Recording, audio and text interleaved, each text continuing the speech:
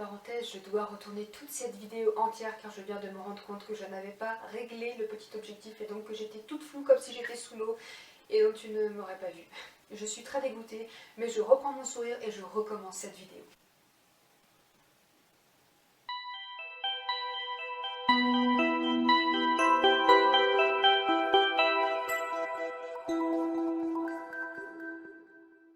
Donc salut à toi qui m'écoute et qui me rejoint sur cette nouvelle vidéo.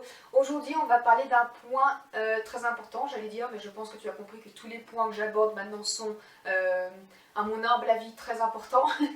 Si tu es là, c'est qu'ils t'intéressent et donc qu'ils sont peut-être potentiellement importants aussi pour toi également, donc tant mieux, on est d'accord. Donc on va aujourd'hui parler des tadadam, roulement de tambour, les réseaux sociaux. Oui, alors pourquoi les réseaux sociaux? Parce que c'est quelque chose qui est très présent dans nos vies. En fait, on y passe beaucoup de temps, mais c'est aussi quelque chose qui peut nous faire à la fois du bien comme du mal. Donc on va discuter un petit peu de ça dans cette vidéo, et puis n'hésite pas à me faire ton retour dans la barre de commentaires comme d'habitude, ou m'envoyer un message pour me donner ton avis sur la question. Alors déjà, dans un premier temps, à savoir que les réseaux, on y passe maintenant beaucoup de temps. C'est quelque chose qui est très présent maintenant de nos jours. C'est arrivé il y a finalement pas si longtemps que ça, mais maintenant on est en plein dedans et tout se passe par les réseaux. Donc c'est un merveilleux outil de communication, ça il n'y a pas à dire. C'est un merveilleux outil pour découvrir de nouvelles choses, pour découvrir des recettes toutes plus délicieuses les unes que les autres, pour découvrir des tas de choses. Mais c'est aussi quelque chose qui peut être très négatif et nous faire beaucoup de mal si on ne sait pas les utiliser. Enfin, si on ne les utilise pas, comment dire, comme il faudra en fait, de façon modérée et saine si je puis dire. Je disais, on va passer en moyenne 30 à 1 heure par jour sur les réseaux sociaux, suivant si on travaille ou non, suivant si on est scolarisé ou pas. Donc c'est quand même dans tous les cas beaucoup de temps finalement passé sur les réseaux à, on connaît tous le truc, scroller comme ça ton fil d'actualité et regarder, plonger dans la vie des gens, hein, parce que c'est un peu ça. On scrute et on regarde la vie des gens, ce qu'ils ont à raconter, ce qu'ils disent et compagnie. Et on peut très vite tomber dans ce piège de se dire je regarde un coup, je sais pas tel compte, et puis finalement on se retrouve 1 heure plus tard à être encore à faire défiler le truc et on est parti dans le piège en fait des réseaux de Facebook et notamment d'Instagram. Je pense que tu vois de toute façon très bien de quoi je parle parce qu'on le fait tous et ça nous est tous déjà arrivé d'être tombés dans ce piège. Ou simplement tu regardes l'heure, tu vois que tu as une petite notif sur Instagram, tu veux juste voir cette petite notif et puis bim, tu tombes dans le piège et tu regardes et tu regardes et tu regardes. Donc c'est pour te dire que tu passes finalement tellement de temps sur les réseaux sociaux et que finalement, pendant tout ce temps, tu vois, pendant cette heure de temps, ou même cette demi-heure que tu passes sur les réseaux, tu as le temps finalement de voir des tas de choses qui vont rentrer, sans que tu t'en rendes compte, dans ta tête, dans ton cerveau. Alors le premier truc que tu peux entourer, surligner, souligner, mettre en lumière, tout ce que tu veux, c'est une phrase que tu as déjà entendue, hein, parce qu'on l'a tous déjà entendue, on la sait, mais par contre on ne l'a pas intégrée, c'est que les réseaux sociaux ne reflètent pas la réalité. Donc je ne t'apprends rien, je pense que tu le sais déjà, mais dis-toi, quand tu regardes les réseaux sociaux, quand tu regardes les comptes en fait, est-ce que ça t'arrive d'avoir des complexes? Est-ce que ça t'arrive de te sentir mal en fait quand tu regardes un peu ce que les gens décident de montrer de leur vie ou ce que les gens décident de montrer de leur corps? Si oui, c'est que finalement tu le sais mais tu ne l'as pas intégré, voilà, tout simplement. Donc c'est tout à fait normal puisque moi j'ai toujours su que les réseaux ne reflétaient pas la réalité, mais il m'a fallu beaucoup de temps pour vraiment m'en rendre compte en fait, pour vraiment enregistrer que ah ouais non mais oui c'est vrai, ça reflète pas du tout la réalité. Quand tu vas regarder un corps ou des corps n'importe sur les réseaux sociaux, alors bien souvent déjà tu peux reconnaître les fameuses postures idéales hein, pour mettre en avant ton corps. De toute façon si autant de personnes utilisent toutes ces mêmes postures, c'est pas pour rien. Hein. Donc du coup déjà tu peux te dire avant de complexer, ou si tu te rends compte que tu commences à te sentir mal et à complexer et à toi du coup à te regarder et à te dire ah mais moi machin machin machin, attends déjà, c'est bien oui tu regardes la photo là elle est jolie comme ça, mais rappelle-toi que la posture déjà fait déjà quand même beaucoup de choses et donc ne reflète pas la réalité. Ensuite il y a un autre critère qui s'ajoute à ça, c'est l'éclairage.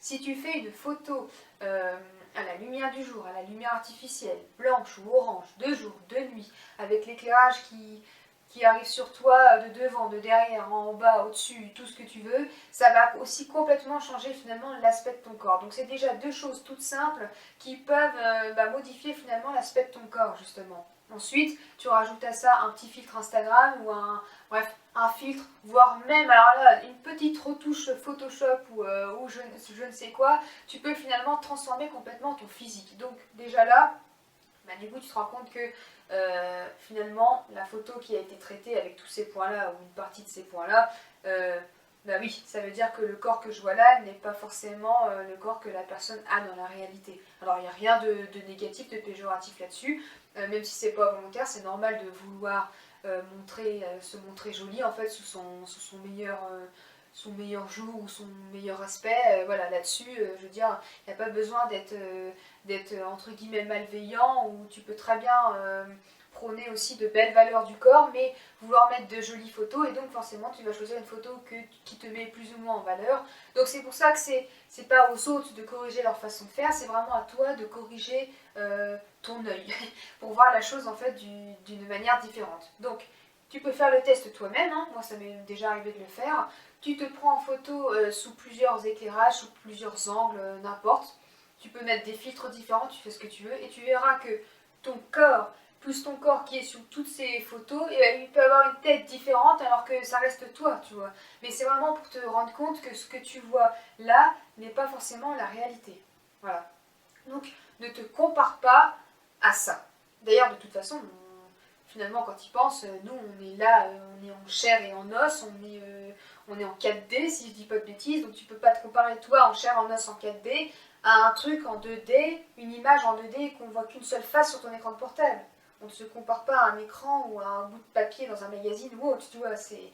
Non, il faut comparer ce qui est comparable, et encore une fois, j'insiste n'empêche sur le fait que se comparer tout court ne sert à rien. Il y a un autre petit point à soulever, entre guillemets, autre chose qui peut faire aussi que tu ne peux pas te comparer, c'est que certaines personnes ont recours à la chirurgie. Alors, que ce soit le visage, mais même sur le corps entier. Donc, tu peux pas comparer, je sais pas, par exemple, toi, tes fesses que tu n'arrives pas à muscler à la muscule, avec une personne qui a mis des prothèses fessières, je ne sais pas comment on les appelle, mais des implants en fait dans ses fesses. Donc tu peux pas comparer non plus. Donc il y a des fois de la chirurgie que tu sais pas si la personne y a eu recours ou non. Donc c'est un autre point qui fait que tu peux pas te comparer. Alors je critique pas du tout la chirurgie. Moi d'ailleurs, et refait ma poitrine. Mais justement, quelqu'un qui va par exemple me regarder et puis se dire oh là là, Flo elle a une belle poitrine, moi j'ai pas du tout de sein. Oui merci c'est gentil, mais c'est du toc. Et moi non plus, je n'avais pas de sein du tout avant de me faire opérer. Donc voilà, c'est pour te dire que tu peux pas te comparer parce que la personne, elle le dit pas forcément. Enfin voilà, soit elle le cache ou alors elle le dit pas tout court. Donc tu peux pas te comparer parce que ça fait trop de facteurs finalement que tu ne connais pas et qui fait que ton corps est incomparable avec n'importe quel autre corps, tout simplement, et alors encore plus avec des corps que l'on voit sur les réseaux sociaux. Voilà, c'est là que je voulais en venir. Petite parenthèse, là on parle des complexes que l'on peut avoir quand on surfe un peu sur les réseaux sociaux du corps, mais il y a un autre complexe qui est maintenant, qui est maintenant présent aussi sur les réseaux, c'est le complexe de la vie, tout simplement, de la vie que tu mènes. Encore une fois, on va regarder la vie des gens dans les stories, mais les stories, même si la personne en poste beaucoup, finalement, c'est une toute petite partie infime, rikiki, mini échantillon de sa vie, de sa vraie vie en plus, ou de ce qu'elle veut montrer. Encore une fois, on ne sait pas, c'est facile de jouer un jeu, mais c'est tout petit. Donc tu ne peux pas comparer toi ta vie de 24 heures à ce petit échantillon que tu vois sur les stories. Donc à la même, à la même échelle finalement, qu'on ne compare pas son corps, on ne compare pas non plus sa vie à ce qu'on voit sur les réseaux. La personne, tu vas te dire oh là là, c'est cool, elle chill toute la journée, elle habite dans un bel endroit et du coup elle fait que des trucs vachement chouettes et tout, mais en fait tu sais pas si cette personne elle bosse pas derrière et qu'elle trille, mais c'est juste qu'elle te montre pas ça. Ou alors tu vas te dire comment elle fait, elle est toujours heureuse et tout ça, mais c'est juste que elle te montre pas quand elle pleure, quand elle va pas bien, ou quand ci ou ça en fait. Encore une fois, on montre que ce qu'on veut. Donc ne compare ni ton corps, oh là raté mon doigt, ne compare ni ton corps, ni ta vie, ni rien du tout d'ailleurs avec ce que tu vois sur les réseaux sociaux. Là où je voudrais en venir en fait, c'est si je reviens donc encore une fois sur les personnes qui ont un mauvais rapport on va dire avec leur corps et avec l'alimentation, Si tu veux t'aider, si tu veux guérir tout simplement et puis te libérer de cette obsession, mon grand conseil que j'ai expérimenté, hein, je l'ai vécu aussi et ça m'a fait beaucoup de bien, arrête de suivre des comptes qui te font du mal. Alors même si c'est des personnes, encore une fois, qui prônent, par exemple justement le body positive, qui prônent voilà, de belles valeurs, en fait l'acceptation du corps et tout ça, mais si ces personnes ont des physiques, enfin sur les photos, qui te font du mal, arrête de les suivre. Moi j'ai arrêté de suivre, moi j'ai carrément arrêté les réseaux sociaux, je les ai coupés à un très long moment, comme ça c'était radical, j'étais sûre de pas être tentée. Mais je veux dire, encore aujourd'hui, je me considère guérie, mais je me considère quand même encore fragile. Peut-être que même j'y serai toute ma vie maintenant, mais bon, du coup je sais que c'est pas bon pour moi de suivre certains comptes, même si pourtant ces personnes, je vois en fait, j'ai en tête, j'ai des personnes même dans la musculation par exemple, qui ont des très belles valeurs et une très jolie manière de voir le sport, le corps, et qui prônent vraiment franchement de belles valeurs, mais qui ont des corps qui potentiellement pourraient peut-être me faire un peu de mal, on va dire. Donc je ne les suis pas. Je ne les suis pas. Si un jour ça va mieux, peut-être que j'irai regarder, mais je ne les suis pas parce que je sais que moi, ça peut me faire du mal. Alors, au début, c'est dur, on va pas se mentir, au début, c'est difficile. De toute façon, les réseaux sociaux, c'est un peu le petit plaisir du moment. Ça nous accompagne un peu dans plein de choses. Ça dépend après ce que tu fais dans la vie, mais je veux dire, tu manges le midi, tu peux te mettre une petite vidéo YouTube ou alors voilà, tu vas scroller en fait tes réseaux Insta, tu vas te coucher, tu regardes les réseaux, enfin souvent d'ailleurs dès quand on mange, on regarde les réseaux, on regarde quelque chose. Quand tu vas aux toilettes, hein, on va pas se le mentir, beaucoup prennent le téléphone portable et scrollent encore une fois donc les réseaux. C'est le petit plaisir en fait que tu as de ta vie et au début, alors c'est quand même dingue, hein, mais ça montre bien à quel point on peut quand même vite être accro aux réseaux sociaux. C'est dur de les couper et de t'en séparer. Mais c'est comme pour tout en fait, quand tu l'arrêtes au début c'est dur et puis après finalement ça va beaucoup mieux et puis ça t'aide à guérir tout simplement. Donc je te conseille vraiment soit de couper totalement les réseaux, soit de vraiment arrêter de suivre les comptes qui peuvent te faire du mal.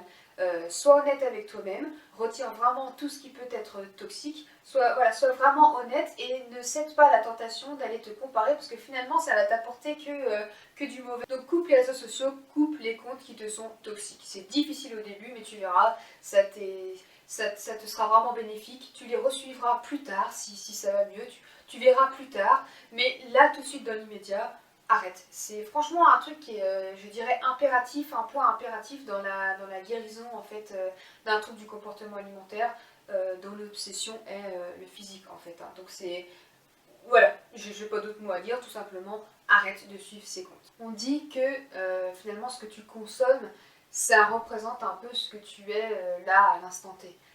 Voilà, je reprends l'exemple de moi, il y a quelques temps, quelques mois, non j'exagère, l'année dernière, mon compte n'était composé que